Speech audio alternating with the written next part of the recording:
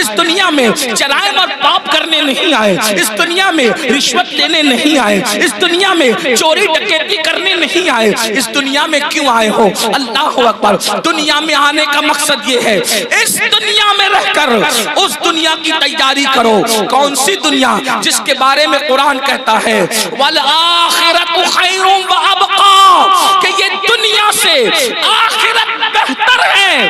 اس بہتر دنیا کی تیاری کرو جس کو آخرت کہتے ہیں، اس بہتر کی تیاری کرو جو کبھی ختم ہونے والی نہیں ہے۔ اللہ پاک نے دو ذمہ داریاں ہر مومن کو عطا کی ہے، دو ذمہ داری ہر مومن کو عطا کی ہے۔ اب اپنی دو ذمہ داری کو سنیں اور بات مکمل کی جائے۔ قرآن دو ذمہ داری کا بیان کرتا ہے۔ اللہ پاک ارشاد فرماتا ہے یا ایھا الذین آمنوا قوا انفسکم واہلیکم نارا، اے ایمان والو اپنے آپ کو اور اپنی اولاد کو جہنم کی اس آگ سے بچاؤ جس کا ایندھن انسان اور پتھر ہے۔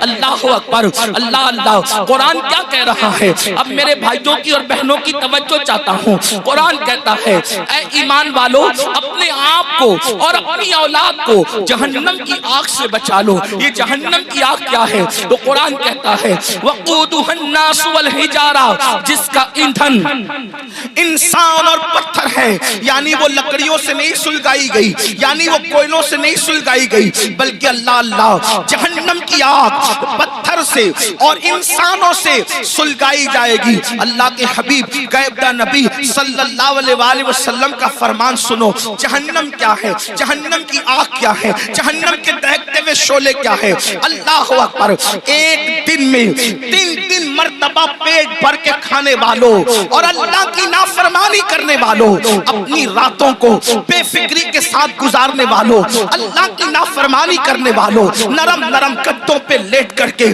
قبر کی رات کو بھول جانے والوں، قبر کی رات کو فراموش کر دینے والوں، کبھی سود کا دھندا کر کے، کبھی بیاج کا دھندا کر کے، کبھی اپنے پیٹ کے اندر یتیموں کا مال جہنم کی آگ کی شکل میں بھرنے والوں، ذرا توجہ کرو۔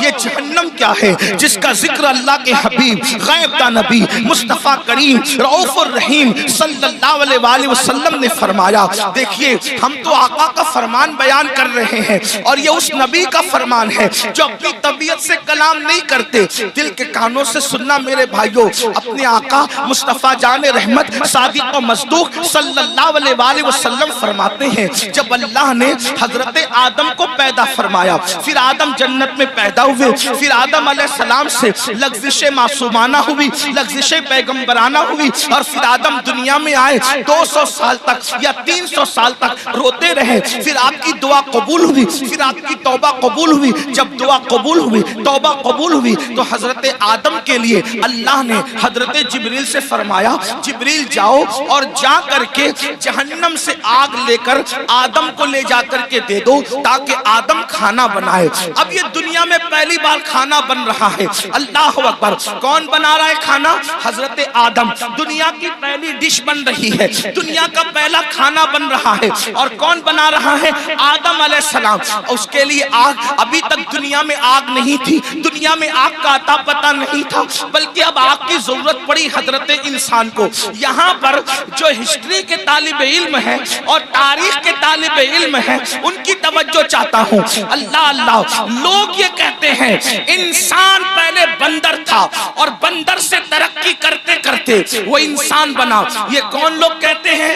وہ لوگ کہتے ہیں جو انسانیت کے ٹھیکیدار بنے ہوئے ہیں۔ کیا کہتے ہیں؟ انسان پہلے بندر تھا اور وہ ترقی کرتے کرتے انسان بنا۔ انسان پہلے ننگا گھومتا تھا، پھر ننگے سے پتے باندھنے لگا، پھر یہ کرنے لگا، پھر وہ کرنے لگا، پہلے جھک کے چلتا تھا بندر کی طرح، پھر یہ ہو گیا، پھر وہ ہو گیا۔ انسانیت کے لیے اس سے بڑی گالی کچھ نہیں ہو سکتی۔ اوروں کے نزدیک نظریہ یہ ہے کہ انسان پہلے بندر تھا، ترقی کرتے کرتے انسان بنا، لیکن ہمارے نزدیک تصور انسان یہ ہے کہ سب سے پہلے اللہ نے جس انسان کو پیدا کیا وہ اتنا خوبصورت تھا کہ اس کے حسن کو دیکھ کر فرشتوں نے اس کے آگے سجدہ کیا ہے۔ نعرہ تکبیر، نعرہ رسالت، مسلک اعلی حضرت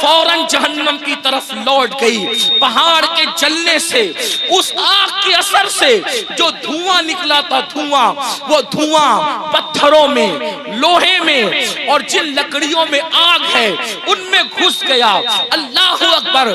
تو یہ جو دنیا میں آگ دیکھ رہے ہیں، یہ آگ وہ آگ نہیں ہے، بلکہ اس آگ کے اثر سے جو دھواں نکلا تھا، وہ دھواں ہے جو یہ آگ دنیا کی آگ ہے۔ اب مجھے بتاؤ، ذرہ برابر جہنم کی آگ 70 مرتبہ رحمت کے پانی سے دھو کر دنیا میں لائی جائے، وہ پہاڑ کو جلا دے اور پھر جہنم میں لوٹ جائے، تو اس کے باقیات، اس کے دھوئیں اتنی تیز ہیں کہ اگر جلا دے تو بستیاں جل کر خاکستر ہو جائے، اگر جلا دے تو انسان مر جائے، اگر جلا دے تو انسان کی آنکھیں اندھی ہو جائے، اگر جلا دے تو انسان کا دماغ کام نہ کرے۔ مجھے بتاؤ، 70 مرتبہ رحمت کے پانی سے ذرہ برابر آگ پر یہ اثر ہے، تو وہ جو جہنم کی پوری آگ ہے، اس کا کیا حال ہوگا، اس کا کیا اثر ہوگا؟ اب اللہ اسی آگ سے بچنے کا حکم دے رہا ہے۔ اے مومنو، میرے محبوب کے غلاموں، میرے محبوب کا نام لینے والوں، میرے محبوب کا کلمہ پڑھنے والوں، اپنے آپ کو اس آگ سے بچاؤ۔ آپ مجھے بتائیں، جب یہ جہنم کی آگ کا دھواں ہے جو دنیا کی آگ ہے، ہم اس کو برداشت نہیں کر سکتے، تو وہ جہنم کے دہکتے ہوئے شعلے، وہ جہنم کے بھڑکتے ہوئے شعلے، جس کے بارے میں حدیث پاک میں آیا ہے 3000 سال تک کے اس کو جلایا اور دہکایا گیا ہے۔ اب جہنم کی آگ مکمل سیاہ ہے، مکمل کالی ہے۔ اب وہ کس کے لیے ہے؟ آئیے اب ترتیب وار کچھ لوگوں کا ذکر سن لے۔ اللہ اللہ، کاش اپنی کمزوریوں پہ رحم کر کے، کاش اپنی کمزوریوں پہ رحم کر کے ہم اپنے آپ کو جہنم سے بچانے کی فکر کرتے، اپنے بچوں کو جہنم سے بچانے کی فکر کرتے۔ آئیے میں ایک حدیث پڑھتا ہوں، طویل حدیث رسول پاک صاحب لولاک سیاح افلاک صلی اللہ علیہ وسلم کی۔ اللہ اکبر۔ آج بہت سارے جرائم، بہت سارے گناہ ہمارے سماج میں بڑھتے جا رہے ہیں۔ ان میں سے ایک گناہ کیا ہے؟ فلم دیکھ کر، سیریل دیکھ کر، پکچر دیکھ کر لڑکے اور لڑکیوں میں آپس میں افیئر کا معاملہ جگ رہا ہے۔ اور اب شاید ہی کچھ بچے اور بچیاں ایسے ہوں گے کہ جو افیئر سے محفوظ ہیں، الا ماشاءاللہ۔ اور اس کے بعد پھر یہ افیئر کے معاملات، افیئر کی داستان انسان کو زنا تک لے جاتی ہے۔ اور یہ زنا کیا ہے؟ اب سنیے، اللہ اکبر، میرے اور تمہارے سچے نبی صلی اللہ علیہ وسلم فرماتے ہیں آج زنا بڑھ رہا ہے۔ بلکہ آپ کو بتاؤں، یہاں تک کہ لکھنے والوں نے لکھا ہر منٹ پر کئی زنا ریکارڈ کیا جا رہا ہے دنیا میں۔ تعفن ہے زنا کا، تعفن ہے بدکاری کا۔ اللہ اکبر۔ ہیرو ہیروئن کے چکر میں انسان اب زنا کو گناہ بھی نہیں سمجھتا۔ آؤ آؤ، اپنے نبی کا فرمان سنو، اپنے سچے رسول کا فرمان سنو اور اپنے آپ کو جہنم کی آگ سے بچا لو۔ اللہ کے سچے نبی، غیب کا نبی صلی اللہ علیہ وسلم فرماتے ہیں کہ جب قیامت کے دن زانیوں کو میدان محشر میں لایا جائے گا، اللہ کرے کسی کو یہ گناہ نہ کرے، اور اگر کسی نے کی ہو تو وہ جلد سے جلد توبہ کرے، اس گندگی سے نکلے۔ اے میری قوم کے جوانوں، گندی فلمیں دیکھ کر، گندی پکچریں دیکھ کر کس میں ڈوبے جا رہے ہو؟ اللہ اکبر۔ زنا کے بارے میں تمہارے اور میرے سچے نبی صلی اللہ علیہ وسلم ارشاد فرماتے ہیں کہ جب زانیوں کو قیامت کے دن میدان محشر میں لایا جائے گا تو پورا میدان محشر ان زانیوں کو پہچان لے گا، یعنی جنہوں نے دنیا میں زنا کیا ہے، محشر ان کو پہچان لے گا۔ اور وہاں پر یہ جلسے اتنا مجمع نہیں ہوگا، 1000 2000 10,000 لوگ نہیں ہوں گے، 1,00,000 2,00,000 10,00,000 لوگ نہیں ہوں گے، کروڑ 10 کروڑ لوگ نہیں ہوں گے، ارب 10 ارب لوگ نہیں ہوں گے، بلکہ سارے اولین اور آخرین ہوں گے۔ انبیاء وہاں ہیں، صحابہ وہاں ہیں، اولیاء وہاں ہیں، سب وہاں ہیں۔ اور میرے اور تمہارے سچے نبی فرما رہے ہیں زانیوں کو، دنیا میں زنا کرنے والوں کو جب قیامت کے دن لایا جائے گا تو ان کو سب پہچان لیں گے۔ اس کی وجہ کیا ہوگی؟ اگر حدیث میں نہیں آتا تو میں بیان کرنے کی ہمت نہیں رکھتا۔ میرے مخدوم زادے سامنے موجود ہے. اس طرح کے عناوین جو ہے میں محفل کے اندر کہنے سے احتیاط کرتا ہوں، لیکن جب دل ٹوٹتا ہے اور قوم جو ہے جس آگ میں جل رہی ہو اور پھر رسول اللہ کا فرمان ہو، تو پھر میں حیا کے پردے میں آپ کے دلوں کے دروازے پر یہ بات ضرور رکھ دینا چاہتا ہوں. سنو زنا کے اڈوں کی طرف جانے والے جوان، یقیناً یہاں جو لوگ موجود ہیں وہ ایسے نہیں ہیں، لیکن آپ کو مخاطب کر کے ان تک خدا کے بندوں تک آواز پہنچانا ہے جو اس آواز کے مستحق ہیں، ان بچیوں تک آواز پہنچانا ہے جو اس آواز کی مستحق ہے. سنو، اللہ کے رسول سچے نبی فرماتے ہیں کہ زانیوں کو جب قیامت کے دن لایا جائے گا تو پورا محشر ان کو پہچان لے گا. پہچاننے کی وجہ کیا ہوگی؟ آقا فرماتے ہیں ان کی شرمگاہوں سے اتنی گندی بدبو آئے گی، اتنی خطرناک بدبو آئے گی کہ میدان محشر ان کی بدبو کو دیکھ کر ان کو پہچان لے گا. ذرا اندازہ کرو، زنا کی وجہ سے شرمگاہیں سڑ کر بدبو دار ہو چکی ہوگی اور اس سے بدبو آئے گی. محشر پہچان لے گا، میدان محشر کے لوگ پہچان لیں گے. مجھے بتاؤ، جس کے منہ میں بدبو آتی ہے وہ کتنا شرمندہ رہتا ہے دنیا میں.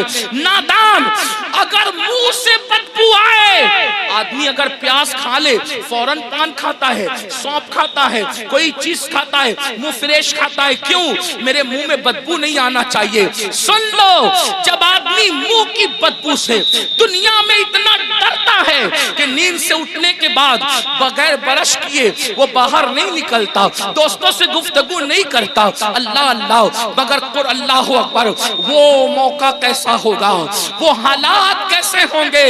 فلم دیکھ کر کے کسی ہیرو کے چکر میں زنا کی طرف جانے والوں، میری قوم کے جوانوں، اللہ اکبر. آقا ارشاد فرماتے ہیں زانیوں کی شرمگاہوں سے سڑی ہوئی بدبو آئے گی تو پورا محشر ان پہ لعنت کرے گا. لعنت، محشر بھی لعنت کرے گا، فرشتے بھی لعنت کریں گے، اللہ بھی لعنت کرے گا، اور اللہ ان سے قیامت کے دن کلام نہیں کرے گا، ان سے اللہ بات نہیں کرے گا. اسی پہ بس نہیں، اب سنو، ابھی آپ نے جہنم کا ذکر سنا، آگے آقا فرماتے ہیں ان کو چہروں پر جہنم کی آگ رکھ کر بھڑکائی جائے گی. ان کے چہروں پر جہنم کی آگ رکھ کر کے زانیوں کے چہرے پہ آگ بھڑکائی جائے گی. کبھی تندور کے اندر کوئی چیز سیکی جاتی ہے تو کیسے الٹ پلٹ کیا جاتا ہے، زانیوں کے چہروں کو جہنم میں الٹ پلٹ کیا جائے گا، ان کے چہروں پہ آگ بھڑکائی جائے گی. اسی پہ بس نہیں، میرے اور تمہارے سچے نبی فرماتے ہیں پھر حضرت مالک یعنی جہنم کے داروغہ جہنم کی آگ کی بنی ہوئی قمیص اس کے بدن پر پہنائیں گے. ہائے ہائے، جو مئی کی گرمی برداشت نہ کر سکے، جو دسمبر کی سردی برداشت نہ کر سکے، یہ کمزور جسم جس پر مکھی اور مچھر چلے تو یہ کمزور جسم مکھی اور مچھر کے ڈنک کو برداشت نہیں کر سکتا. یہ کمزور جسم اگر بتی کے چٹکے کو، سگریٹ کے چٹکے کو برداشت نہیں کر سکتا. ہائے، زنا کرنے کی بنیاد پر جب جہنم کی آگ کی بنی ہوئی قمیص اس کم نصیب کو پہنائی جائے گی، اس کم بخت کو پہنائی جائے گی، اس کا حال کیا ہوگا. اگر یہ بات کوئی مولوی صاحب کہہ دیتے تو لوگ کہتے مولانا ڈرا رہے ہیں، اگر کوئی لیڈر سیاسی کہہ دیتا تو لوگ کہتے کہ اپنی بات ہو رہی ہے. لیکن واللہ یہ اس رسول نے فرمایا ہے جو زمین پہ بیٹھ کر کے لامکاں کی خبر دیتے ہیں، جو ماں کے شکم میں رہ کر کے لوح محفوظ پر چلنے والے قلم کی آواز کو سن لیا کرتے ہیں. اللہ اللہ، لرز جاؤ گندی فلمیں دیکھ کر، زنا کو شوق بنانے والوں لرز جاؤ. آگ کی قمیص جب ان کو پہنائی جائے گی تو وہ تڑپیں گے، وہ بلکیں گے. اسی پر بس نہیں بلکہ تمہارے اور میرے سچے نبی مصطفیٰ کریم رؤوف الرحیم صلی اللہ علیہ وآلہ وسلم فرماتے ہیں اس کے بعد حضرت مالک فرشتوں کو کہیں گے جو جہنم کے فرشتے ہیں، ان سے کہیں گے ان زانیوں کی آنکھوں میں آگ کی سلاخیں ڈال دو، ان جہنمیوں لڑکیوں کی آنکھوں میں آگ کی سلاخیں ڈال دو، ہائے ہائے جہنم کی آگ سے بنی ہوئی سلاخیں ان کی آنکھوں میں ڈالنے کا حکم ہوگا۔ حضرت مالک کہیں گے یہ زانی لوگ حرام دیکھتے تھے اپنی آنکھوں سے، حرام دیکھتے تھے اپنی آنکھوں سے، ان کی آنکھوں میں جہنم کی آگ کی سلاخیں پھیر دو۔ تھوڑا غور تو کرو، اگر یہ بات کسی کتاب میں کسی صرف ایک عام انسان کی لکھی ہوئی ہوتی میں کبھی اتنے اہتمام سے بیان نہ کرتا، لیکن وہ رسول بیان کر رہے ہیں جن کی زبان پر سوائے حق کے کچھ اور جاری نہیں ہوتا۔ میرے امام کہتے ہیں وہ دہن جس کی ہر بات وحی خدا، چشمہ علم و حکمت میں لاکھوں سلام، وہ زبان جس کو سب کن کی کنجی کہے، اس کی نافذ حکومت میں لاکھوں سلام۔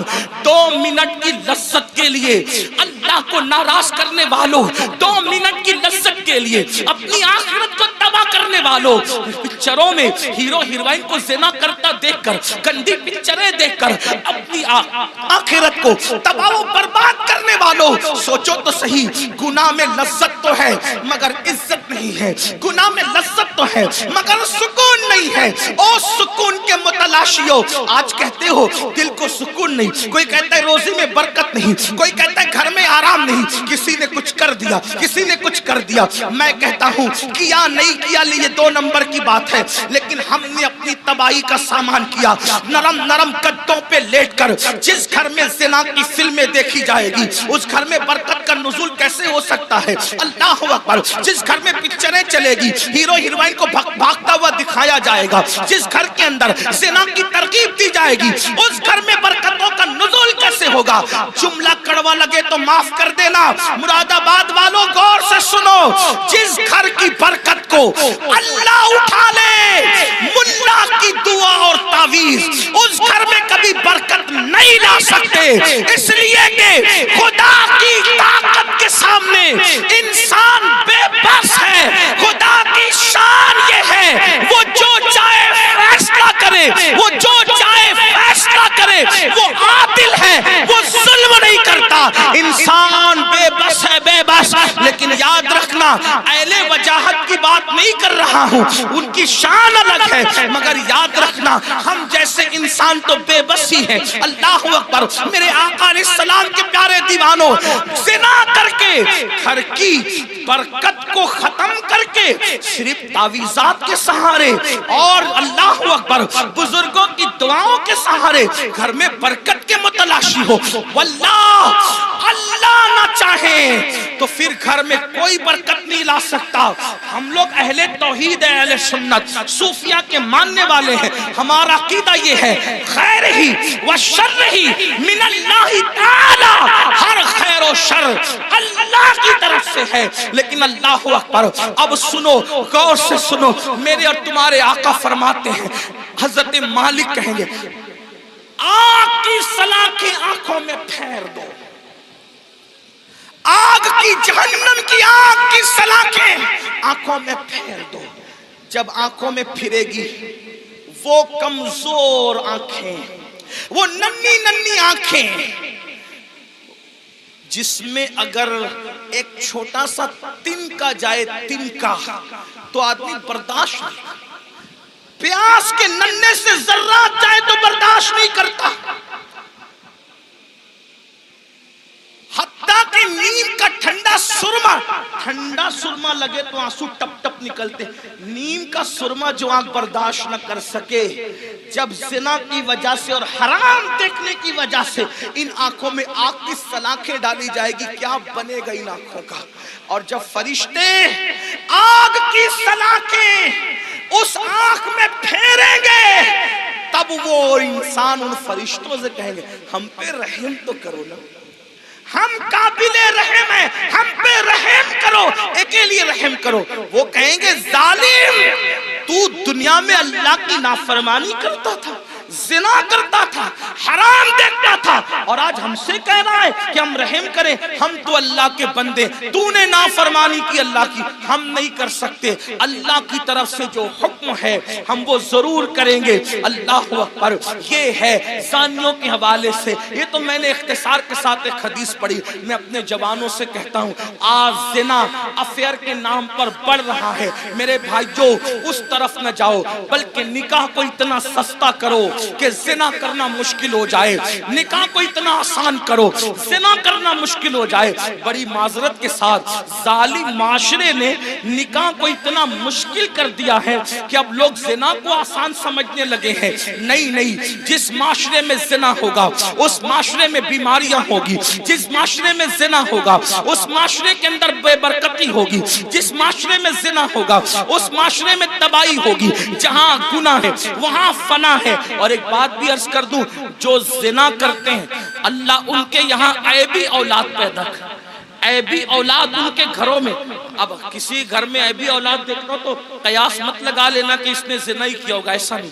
کچھ لوگوں کو بطور سزا عیبی اولاد دی جاتی ہے، اور کچھ لوگوں کو بطور امتحان عیبی اولاد دی جاتی ہے۔ کسی کا امتحان بھی ہو سکتا ہے، جیسے حضرت ایوب علیہ السلام کا امتحان ہوا، اللہ والوں کا امتحان ہوا۔ تو میرے بھائیو زنا کی طرف نہ جاؤ اور نکاح کرو، اور نکاح جلدی کرو۔ اپنے جوانوں سے کہتا ہوں اگر گھر والے نکاح کرنے میں تاخیر کرے تو نوجوانوں کو یہ گھر میں عرضی رکھنے کا حق ہے کہ میری شادی کر دو، لیکن حرام کی طرف نہ جاؤ۔ اور آخری میں بات سمیٹتے ہوئے عرض کروں، اگر ایسا نہیں کیا تو زنا وہ بدترین فعل ہے میرے بھائی، نسلوں تک اس کی سزا ملتی رہے گی۔ روزی میں برکت نہیں ہو سکتی، روزی میں کبھی برکت نہیں ہو سکتی، چہرے کا نور اٹھا لیا جائے گا، عمر گھٹا دی جائے گی، کہیں پناہ نہیں ملے گی۔ جنہوں نے جوانیوں میں زنا کیا ہے بڑھاپا اس قدر ان کا دردناک ہے، وہ بستر میں منہ چھپا چھپا کر روتے ہیں، لیکن ان کو موت نہیں آتی، وہ موت مانگتے ہیں، ان کو موت نہیں آتی۔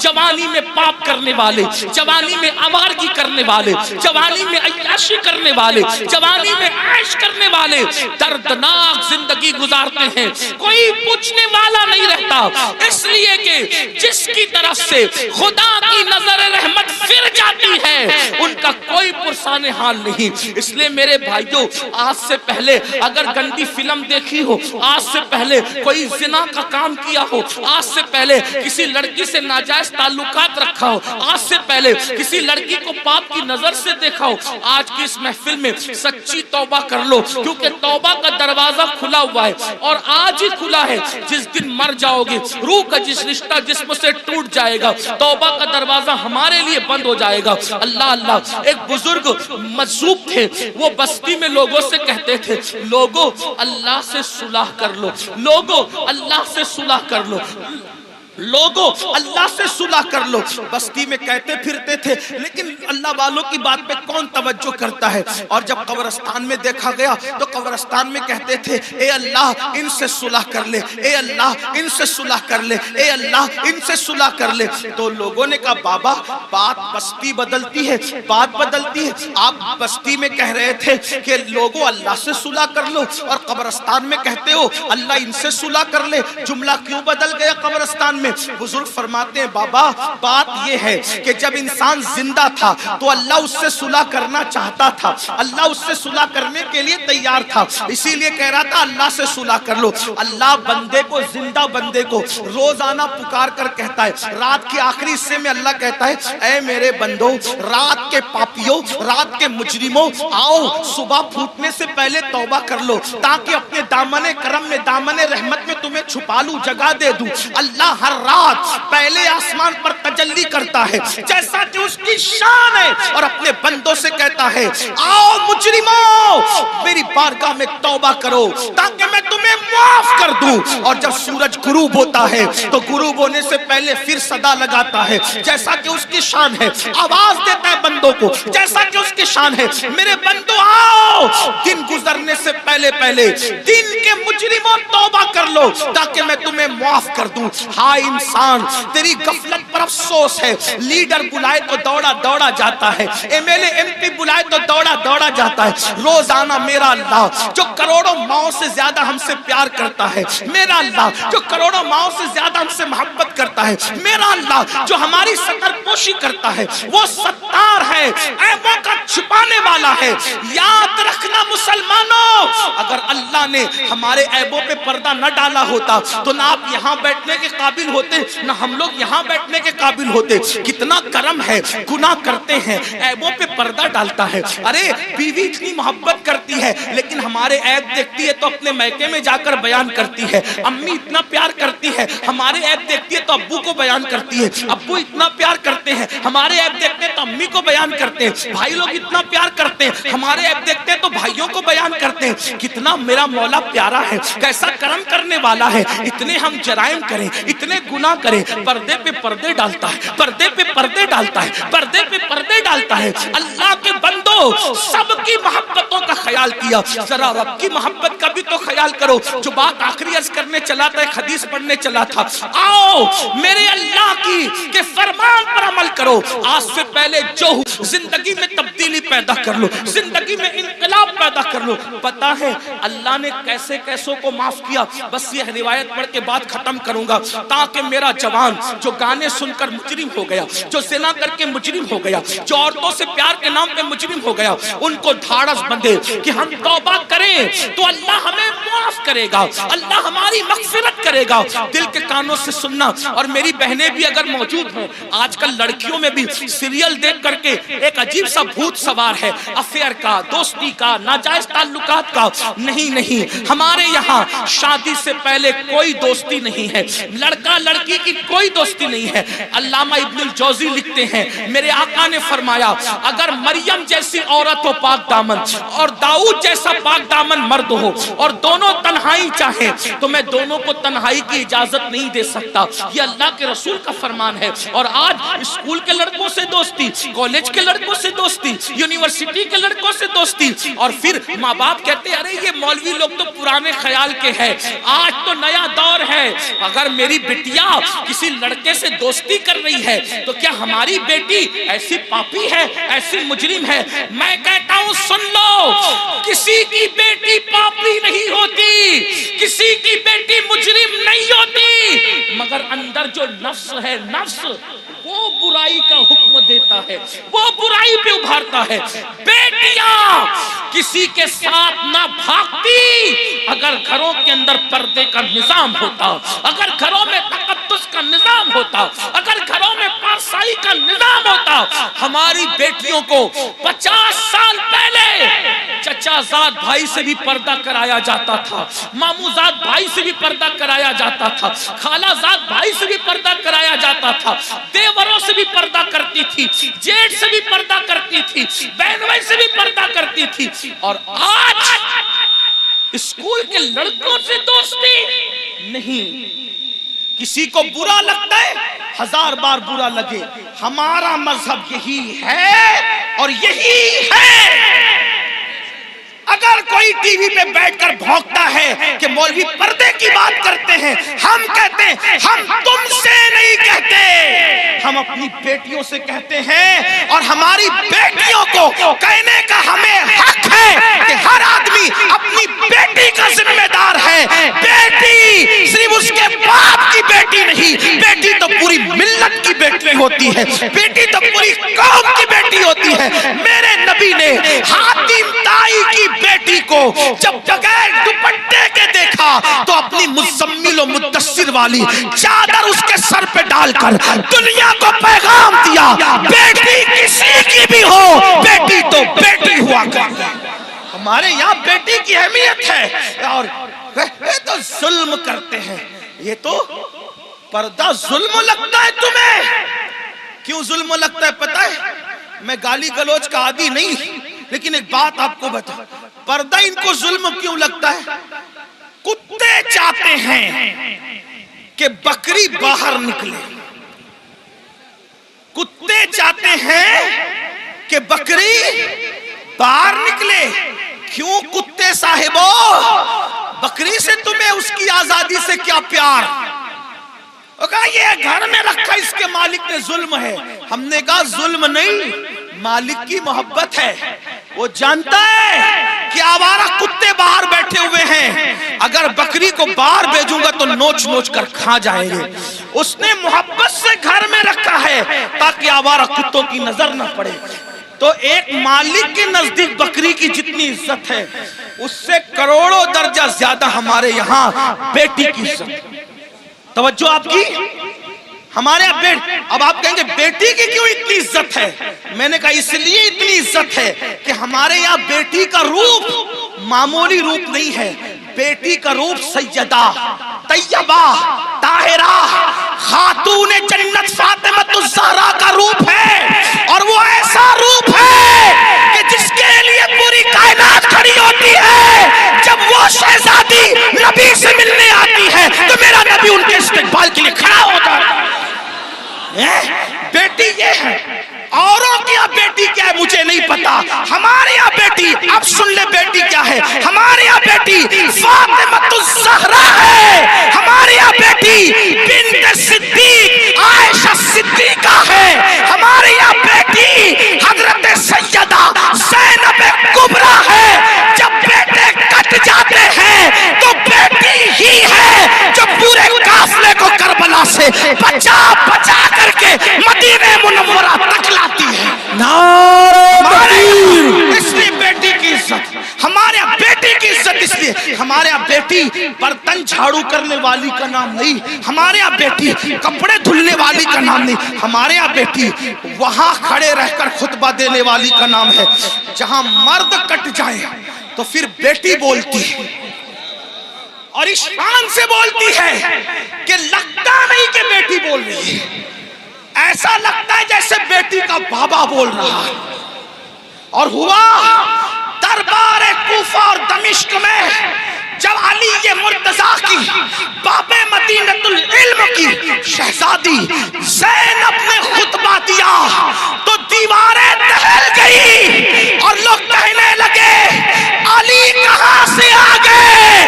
تو لوگوں نے کہا علی نہیں ہے، علی کی شہزادی بول رہی ہے.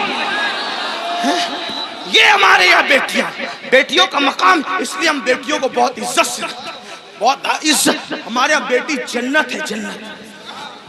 ہمارے یہاں بیٹی پیٹ میں ٹکڑے کر کے گٹر میں بہانے والی چیز نہیں ہے. بیٹی بیٹی چومنے والی. جو نبی کا غلام ہے وہ بیٹی کو کیسے ٹکڑے کر سکتا ہے؟ بلکہ ٹکڑے، توجہ کرنا جملے پہ، بیٹی کو نبی کا غلام ٹکڑے نہیں کرتا بلکہ اپنے جگر کا ٹکڑا قرار دیتا ہے. کیونکہ رسول اللہ نے اپنی شہزادی کے لیے کہا فاطمہ تو بدعۃ منی، وہ تو میرے جگر کا ٹکڑا ہے. تو بات دور نکلی. عرض کیا کر رہا تھا؟ آج سے پہلے جو بھی گناہ ہوا ختم کرو، توبہ کرو. جب اللہ والے موجود ہوں توبہ کرو. اللہ نے گارنٹی دی، اللہ نے وعدہ کیا ان اللہ لا یخلف المیعاد. اللہ کا وعدہ خلاف نہیں ہوتا. کچھ بھی ہوا توبہ کرو، سچی توبہ. مگر توبہ کون سی؟ ہر مجمع میں جو کرتے ہیں وہ نہیں. کان کھینچنا، گال پٹنا، استغفر اللہ کہنا، یہ والی توبہ نہیں. یہ غیر تربیت یافتہ پولیس ہے. ان سے میری ہاتھ جوڑ کے گزارش ہے، اللہ والو ہٹ جاؤ وہاں سے. ان کو جگہ ہی نہیں ہے بیٹھنے کے لیے. وہ کہاں بیٹھیں گے میرے بھائی؟ ہٹو وہاں سے، ڈسٹرب مت کرو. بات آخری مرحلے میں ہے. یہی تو غیر تربیت یافتہ ماحول کی نحوست ہے. ایک بار درود شریف پڑھے. آپ لوگ ہٹو میرے بھائیوں، خاکی وردی والے میرے بھائیوں، اللہ تمہارا نصیبہ چمکا دے. وہاں سے ہٹ جاؤ، جگہ نہیں. وہ بیٹھیں گے کہاں؟ ان کو کھڑے رہنے تو. بات آخری مرحلے میں. ایک بار درود شریف پڑھیے. اللہ رب محمد صلی اللہ علیہ وسلم نحن عباد محمد صلی اللہ علیہ وسلم. پہلی بات تو سنیوں کے جلسے میں پولیس کا کوئی کام ہی نہیں ہے. ڈنڈے والوں کو، یہ ڈنڈے والی قوم نہیں، یہ جھنڈے والی قوم ہے. یہاں کوئی ڈنڈا نہیں نکلنا چاہیے. ہاں، اور اگر لوگ ہمیں کچلتے ہیں تو ہم ان سے محبت سے کہتے ہیں نہ کچلو. ہم کچلنے کی چیز نہیں. میاں کو کچلا، مجھے کچلا، ناخن لگا دیا، یہ بھی آپ کی محبت کی نشانی لے کے جائیں گے. ہاں، ناخن. اچھا او اچھا اچھا معاف کیجئے، میں سمجھ رہا تھا میرے سر حضرت فرما رہے خاکساران حق ہے، یہ میرے مجاہد ملت کی ٹیم ماشاء، مجھے ایسا لگا پولیس والے، لیکن وہ میں سوچ رہا تھا اتنی بدنظمی کیوں کر رہے ہیں میرے بھائیوں، یہ غوث پاک کی محفل ہے، غوث پاک کی محفل جو سجتی تھی یہ اس کا بچا ہوا حصہ، یہ ان کی خیرات ہے، اپنا کوئی کمال نہیں، جلسے والوں کوئی کمال نہیں، یہ غوث پاک جس کو بلاتے اس محفل میں وہ آتا ہے، یہاں ڈنڈے کا استعمال نہیں ہونا چاہیے، وہ خاکساران حق کو میں سلام کرتا ہوں، مجھے ایسا لگا کہ پولیس والے، لیکن بہرحال ان کو بھی سلام، ان کی اللہ انہیں برکتیں دے، لیکن تھوڑا سا وہ بھی دماغ سے کام لے، ان کو جگہ نہیں بیٹھنے کے لیے، کہاں بیٹھے گا انسان، اسٹیج پہ جگہ نہیں، لوگ کھڑے ہوئے ہیں، ہم ان کو ابھی بیٹھنے کے لیے کہتے ہیں اس پہ ظلم نہیں ہوگا، کیسے کہ ان کو بیٹھنے کے لیے، کیونکہ جگہ نہیں ہے، جگہ نہیں ہے، یہ تو حضرت اختر میاں رحمت اللہ تعالیٰ علیہ پر رسول اللہ کی خاص نگاہ ہے، ان کے مرشد حضور سرکار کلنا کی خاص نگاہ ہے کہ ان کی محفل میں اتنے لوگ جمع ہو گئے، ورنہ آج کس کے لیے کون آتا ہے؟ تو بات آخری کر رہا تھا، اس کو سن لے، بات ختم، ایک بار درود شریف بلند آواز سے، اللہ رب محمد صلی اللہ علیہ وسلم نحن عباد محمد صلی اللہ علیہ وسلم صلاۃ و سلام علیکم، آخری بات، کچھ بھی کیا توبہ کر، وہ والی نہیں، کان کھینچنا، گال پیٹنا، استغفر اللہ، وہ والی، کون سی توبہ؟ جیسے بکری کے تھن سے دودھ نکلے اور دوبارہ اسی سوراخ سے تھن میں نہ جائے، ایسی گناہ سے نکلو، پھر ادھر کا رخ مت کرو، پھر مت پلٹ کر جاؤ اس طرف، یہ توبہ، ایسی توبہ کرنے والوں کے ساتھ جنت کی ضمانت ہے، جنت کی بشارت ہے، سدھر جاؤ۔ تو بستی میں بات کر رہا تھا، بیچ میں نکل آئی کہ جب تک وہ زندہ تھے، بزرگ کہتے ہیں کہ اللہ ان کو معاف کرنے کے لیے تیار تھا، معافی مانگ لو میں معاف کر دوں گا، انہوں نے توبہ نہیں کی، اب مر گئے اور عذاب میں گرفتار ہو گئے، تو میں کہتا ہوں یہ اللہ ان سے صلح کر لے، اللہ ان سے صلح کر لے، لیکن اب جب عذاب میں گرفتار ہو گئے تو اب اللہ ان سے صلح کرنے کو تیار، یہ اللہ سے صلح کرنا چاہتے لیکن اللہ ان سے صلح کرنے تیار، اس لیے مرنے سے پہلے توبہ کر لو۔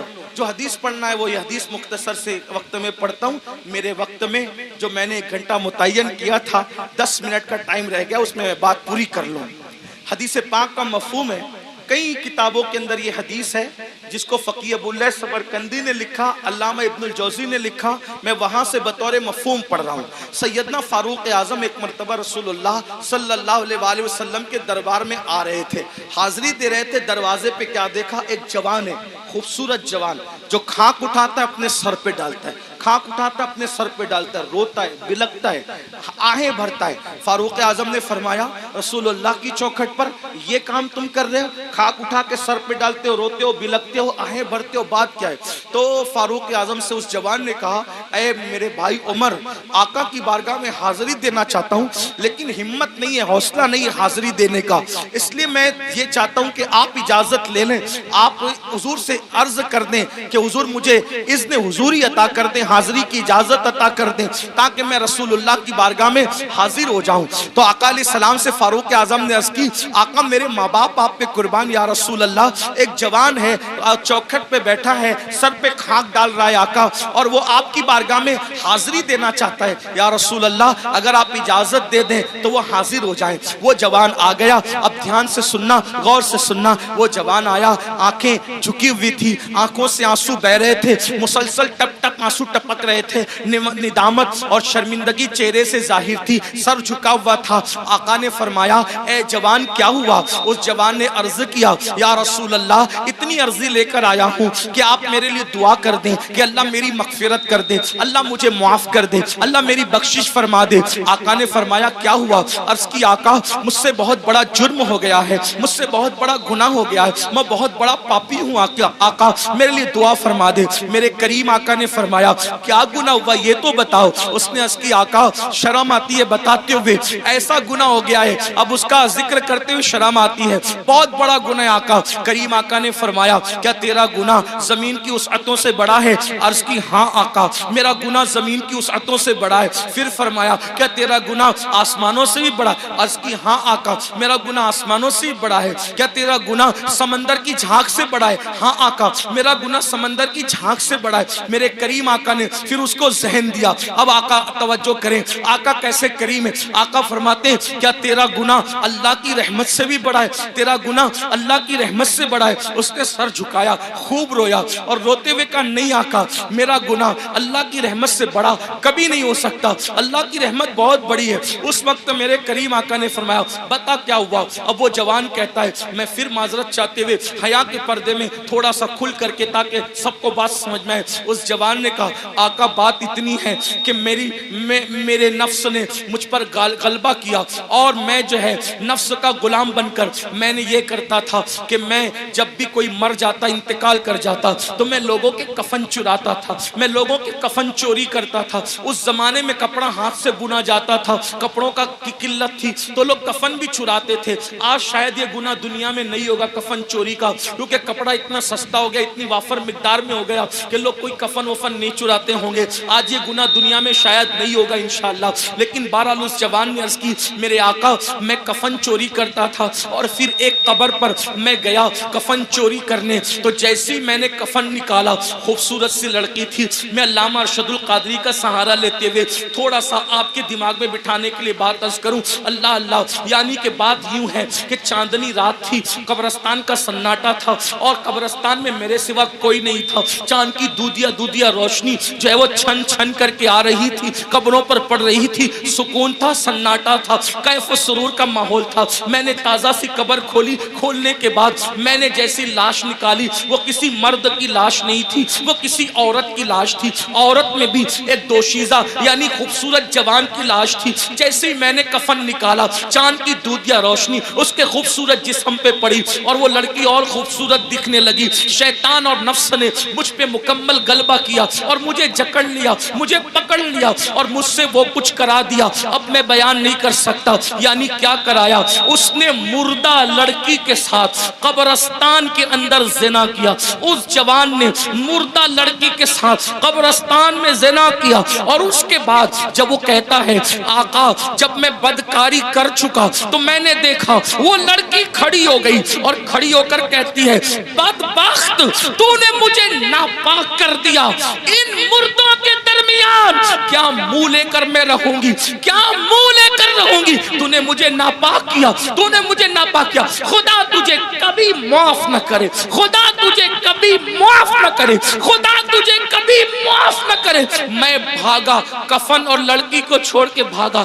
آقا او دن ہے اور آج کا دن ہے, قرار نہیں, سکون نہیں, اطمینان نہیں. کھاتا ہوں صدائے باز گشت کانوں میں ٹکراتی ہوئی محسوس ہوتی ہے, لیٹتا ہوں صدائے باز گشت کانوں میں ٹکراتی محسوس ہوتی ہے. آقا پریشان ہوں, کہیں قرار نہیں, کہیں سکون نہیں. زندگی میں گناہ کرتے کرتے یہ لمحات ضرور آتے ہیں جب انسان گناہ کر چکا ہوتا ہے تو اللہ اس پر تباہی مسلط کر دیتا ہے. اللہ نہ کرے کوئی اس منزل پر پہنچے. اے میرے آقا کے غلاموں, میرے آقا کا نام لینے والوں, اس سے پہلے کہ یہ منزل آپ پر ہم پر آئے اللہ کی بارگاہ میں رجوع ہو جاؤ, گڑ گڑا جاؤ. حضرت ذوالنون مصری کہتے ہیں اللہ کے یہاں آنا کیسے آنا, طریقہ بتاتے ہیں. حضرت ذوالنون مصری طریقہ کیسے آنا, ایسے آنا جیسے بچہ ماں کے یہاں آتا ہے. کیسے آتا ہے, ماں سے لپٹتا ہے, ماں کہتی ہے ہٹ. ذوالنون مصری کا انداز صوفیہ نے اسی طریقے سے دین سمجھا. حالانکہ اللہ کی ذات تمثیل سے پاک ہے. کہتی ہیں اللہ کے یہاں ہو ایسے ہو جیسے بچہ ماں کے. ماں کیا پیار کر سکتی ہے, وہ تو 70 ماؤں سے زیادہ, کروڑوں ماؤں سے زیادہ وہ پیار کرتا ہے. کہتے ہیں ذوالنون بچہ ماں کے پاس آتا ہے, ماں کہتی ہے ہٹ, پھر وہ آ کے لپٹتا ہے. ماں کہتی ہے ہٹنا, پھر وہ آ کے لپٹتا ہے. ارے چھوڑ, پھر لپٹ. جب لپٹتا ہے ماں کی ممتا اس کو سینے سے لگا ہی لیتی ہے. بلا تمثیل اللہ کے بندو, ماں کا پیار کوئی حیثیت نہیں رکھتا. میرا اللہ اتنا پیار کرتا. وہ جوان کہتا ہے سکون نہیں ہے آقا, قرار نہیں ہے آقا. میرے کریم آقا کہتے ہیں کہ جو جتنا علم والا ہوگا وہ اتنا اللہ سے ڈرے گا, جو اللہ کا جتنا قریبی ہوگا اتنا اللہ سے ڈرے گا. جیسے اس نے کہا میں نے زنا کیا مردے کے ساتھ, ایسے حضور علیہ السلام نے کہا جلدی باہر نکل ہے جوان, جلدی نکل, مجھے ڈر لگتا ہے تیری وجہ سے آگ نہ برس.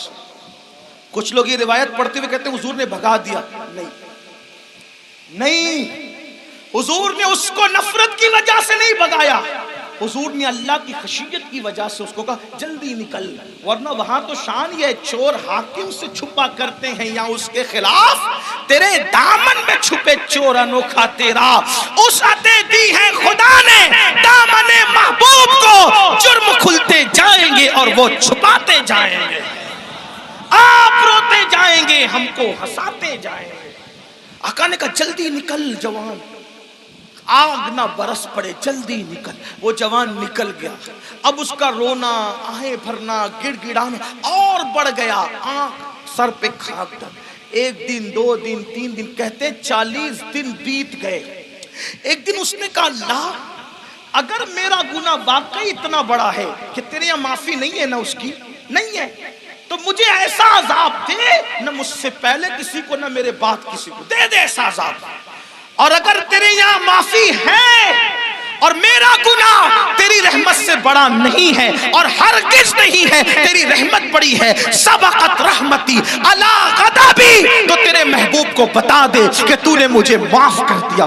بس اتنا کہنا تھا کہ بلبل سدرہ جبریل امین آئے اور آقا کو سلام پیش کیا. عرض کی آقا کیا حال ہے اس زانی کا؟ آقا نے کہا دیکھو جبریل کیا کیا اس نے.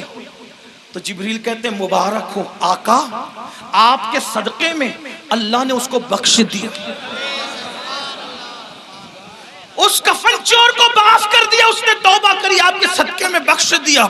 آقا نے کہا اس کی معافی ہو گئی. کہا حضور صرف اس کی معافی نہیں ہوئی بلکہ اللہ نے فرمایا محبوب کی امت سے پیار اتنا ہے کہ محبوب کو جا کے بتا دو اگر اس کفن چور سے بھی بڑھ کر کوئی گناہ کرے گا اور سچی توبہ کرے گا, اللہ کا وعدہ ہے اللہ اس کو بھی معاف کر دے گا. اے میری قوم کے جوانوں, اس مجمع میں ایسا کوئی کفن چور والا معاملہ نہیں ہے. جب اللہ اس کو معاف کر سکتا ہے ہمیں بھی کرے. یہ سادات علماء نائبین رسول آل رسول اور پھر صاحب مزار ہے, کیا سچی توبہ کر نہیں سکتے ہم لوگ؟ بولو نہیں کر سکتے؟ کر سکتے ہیں نا. پھر سچی توبہ کر کے جاؤ. آج کے بعد گانے, غزلیں, فلمیں, گندی پکچر اور خاص طور پر نامحرم عورتوں کو دیکھنا ٹکنا, اس سے بچیں گے. اور زنا سے تو بار بار بچنے کی دعا کریں گے. اللہ مجھے ہماری نسلوں کو گناہوں سے بچنے کی توفیق عطا فرمائے, اور اللہ ہمیں جہنم سے بچائے. اے اللہ اس مجمع میں ہم جہنم کی آگ سے تیری پناہ مانگتے ہیں اور جنت کا سوال کرتے ہیں تیرے محبوب کے پڑوس میں. گفتگو کے درمیان کوئی غلطی ہو تو اللہ معاف کرے. استغفر اللہ. آئیے سب توبہ کر لیں. استغفر اللہ. توبہ کی نیت سے پڑھ رہے ہیں کہ نہیں؟ استغفر اللہ, استغفر اللہ, استغفر اللہ. ربی من کل ذنب واتوب الیہ, لا الہ الا اللہ محمد الرسول اللہ.